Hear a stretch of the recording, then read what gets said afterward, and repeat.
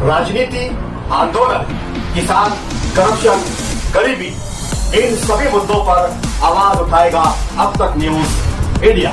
सत्ता के आगे जब भी सवाल कमजोर पड़ने लग जाए तो सवाल उठाने पड़ते हैं।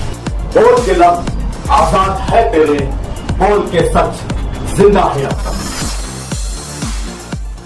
Unique academy computer and coaching classes, जहां नर्सरी और जूनियर सीनियर केजी क्लासेस से लेकर 11वीं और 12वीं जमातों के लिए कोचिंग क्लासेस जारी हैं। यूनिक एकेडमी में ऑडियो और वीडियो स्क्रीन का इंतजाम भी किया गया है। 5वीं, 6ठी, 7वीं और 8वीं जमात की स्पेशल क्लासेस भी जारी हैं। उर्दू, इंग्लिश, मराठी और मैथ्स की बेसिक क्लासेस भी जारी हैं। लड़कियों के लिए बिल्कुल सेपरेट क्लासरूम। यूनिक एकेडमी में अपने बच्चों का एडमिशन करवाएं। हमारा पता याद रखिए, शहीद अब्दुल हमीद कुसुम्बा रोड, निहाल नगर पुलिस स्टेशन के सामने, मालेगांव।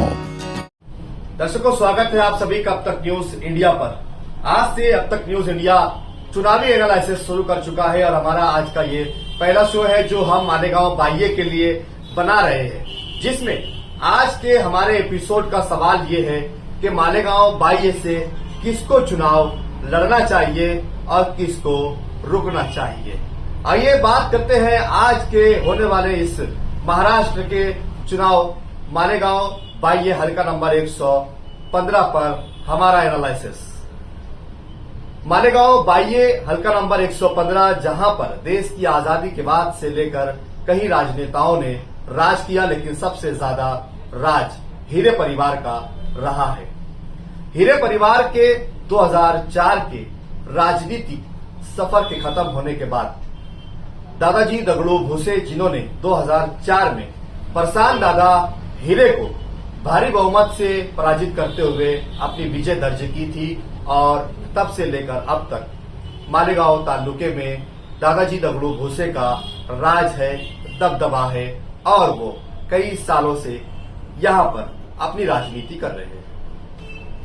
दादाजी दगड़ू भुसे 2004 में प्रशांत दादा के सामने उम्मीदवारी करते हुए जीत हासिल की। उसके पहले प्रशांत दादा से पहले पुष्पताई हीरे, बड़ीराम हीरे, ऐसे कई लोगों ने तालुके में राजनीति की और अपना एक वर्चस्व रखा। लेकिन अब सवाल ये है, क्या मालेगांव बाह्य से चुनाव लड़ने का अधिकार क्या सिर्फ उन्हीं घराने को है, उन्हीं परिवार को है जिनका दबदबा वर्चस्व राजनीति में बना हुआ है, या फिर किसी सामान्य जनता में से निकला हुआ एक कार्यकर्ता भी चुनाव लड़ सकता है। जैसे कि 2004 में सामान्य जनता से एक जानता राजा का छोटा कार्यकर्ता मालेगांव बाह्य के मतदार संघ से प्रशांत दादा के सामने उम्मीदवारी करके जीत हासिल करता है और जनता का भरपूर प्यार, समर्थन दादाजी दगड़ू भुसे को मिलता है। और इसी का नतीजा ये रहा कि 20 सालों तक दादाजी दगड़ू भुसे यहाँ कंटिन्यू आमदार बने रहे, मंत्री बने रहे, कैबिनेट मिली, बड़े बड़े ओहदे उन्हें मिलते रहे।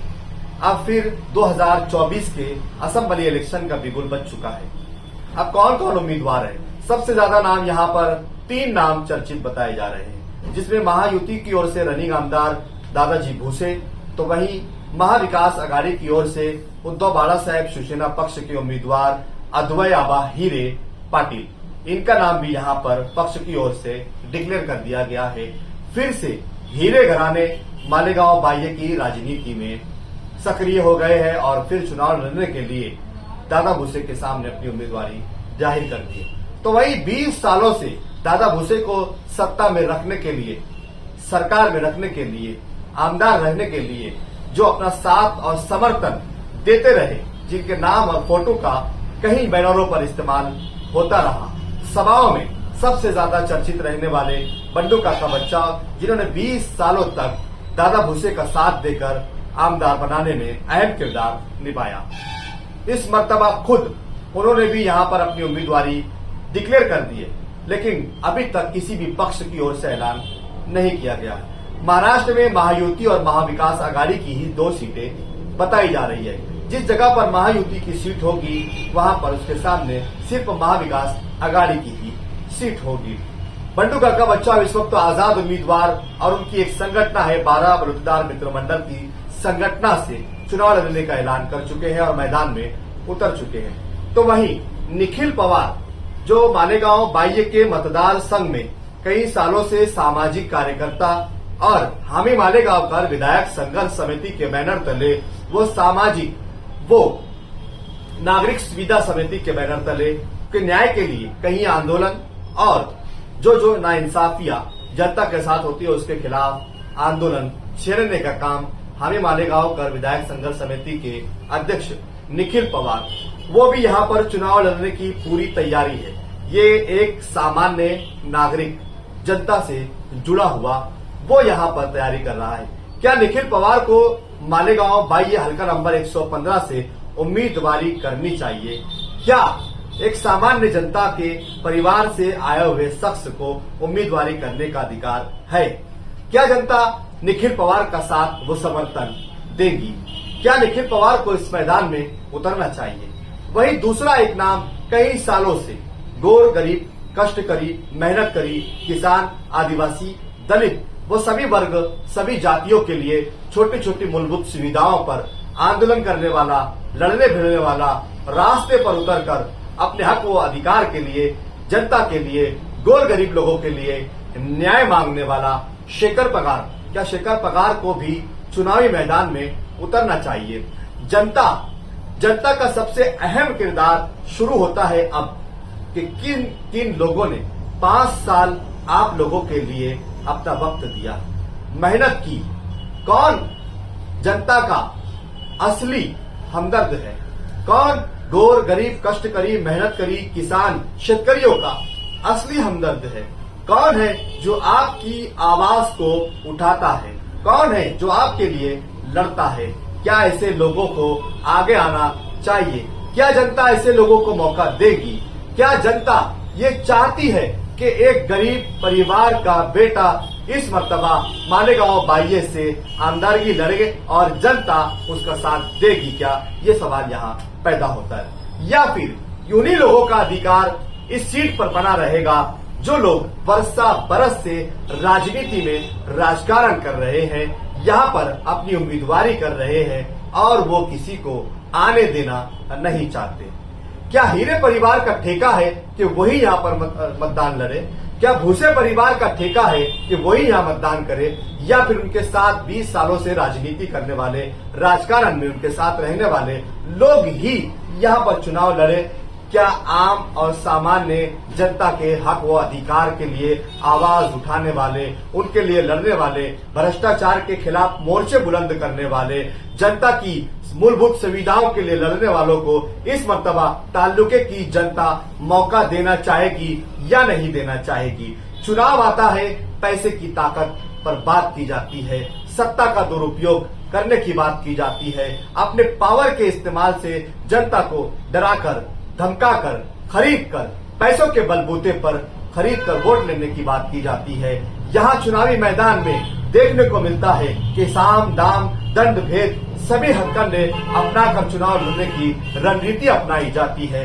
क्या एक सामान्य जनता से आया हुआ गोर गरीब जनता के लिए लड़ने मिलने वाले को ताल्लुके की जनता इस मर्तबा उम्मीदवारी देने की तैयारी में है? क्या ताल्लुके की जनता को ये चाहिए कि कौन जनता के मूलभूत सुविधाओं पर काम करता है, कौन आपके हक व अधिकार के लिए आवाज उठाता है, कौन आपके लिए न्याय की लड़ाई लड़ता है, कौन आपकी छोटी छोटी समस्याओं पर बात करता है, कौन आपकी मूलभूत सुविधाओं पर बात करता है?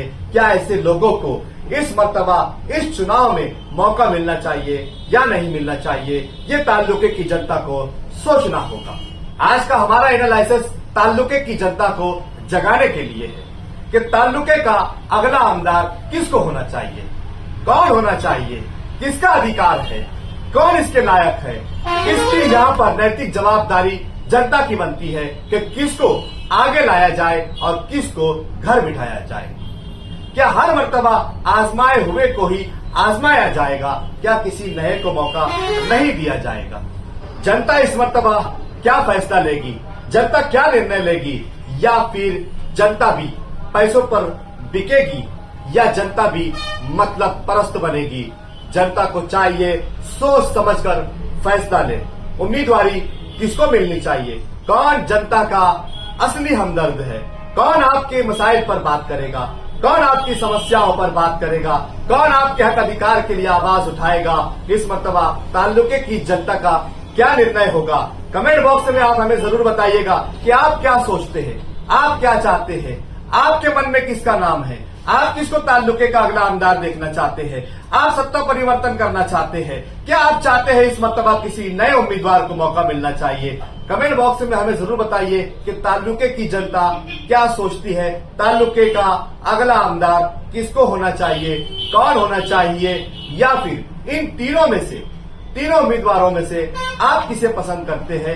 आपके नजदीक कौन सा उम्मीदवार सबसे बेहतर होगा, जो आपके मुस्तकबिल के लिए लड़ेगा, जो आपके भविष्य के लिए लड़ेगा, जो आपके मूलभूत सुविधाओं के लिए लड़ेगा, या वो आपकी जरूरतों के लिए अपनी आवाज बुलंद करेगा और आपको आने वाली तकलीफ और परेशानियों के लिए लड़ेगा। इस बात का हिसाब लेने का वक्त आया है। इस बात का यहाँ पर आपको फैसला लेना होगा, निर्णय लेना होगा कि इस समय, इस वक्त, आज की परिस्थिति में कौन बेहतरीन उम्मीदवार होगा साबित, किसको सत्ता देनी चाहिए, किसको ताल्लुके का अगला आमदार करना चाहिए। कमेंट बॉक्स में जरूर बताइए और अब तक न्यूज इंडिया के साथ जुड़े रहिए। हर चुनावी खबर के लिए मैदान में अब तक न्यूज इंडिया उतर चुका है। अगर अभी तक आपने अब तक न्यूज इंडिया को सब्सक्राइब नहीं किया तो सब्सक्राइब कर बेल आइकन को जरूर प्रेस कर ले। फिर मुलाकात होगी नए एपिसोड के साथ। जय हिंद, जय महाराष्ट्र।